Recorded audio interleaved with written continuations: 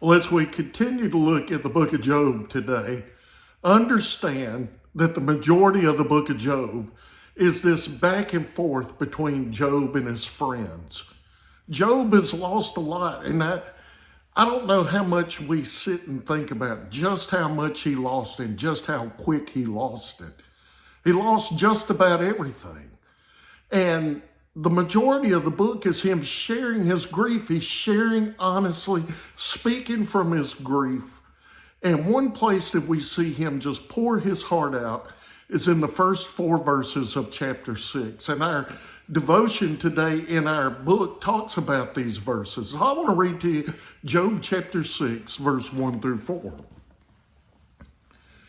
Then Job answered, "If only my grief could be weighed, and my devastation placed with it on the scales, for then it would outweigh the sand of the seas.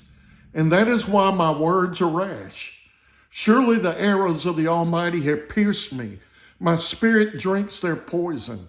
God's terrors are arrayed against me."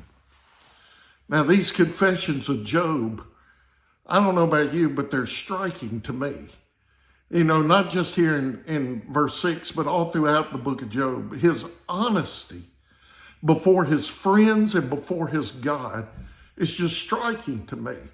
And maybe this strikes me more because as a minister, you know, I live in a glass house. Everybody's always watching. Everyone always has an opinion about me and minister's family, you know, and I have felt, you know, somewhat, you know, I have felt throughout my ministry that there are people that, you know, are just watching for your downfall. And so my default is to put up a facade to when people are talking, how things going? Oh, everything's okay. Everything's going great. And why?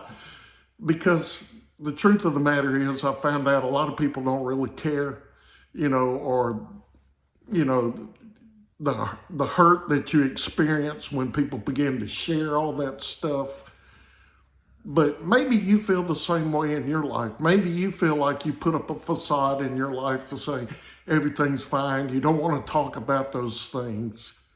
But with God, Job shows us that we can tear down that facade, that we can be open, that we can be honest with him, that we can share. And praise the Lord for the few people that you may have in your life that you can be open and honest and share. But with God, he always sees beneath the facade. And so we can share that anyway. Hope you join me again tomorrow as we continue in the book of Job.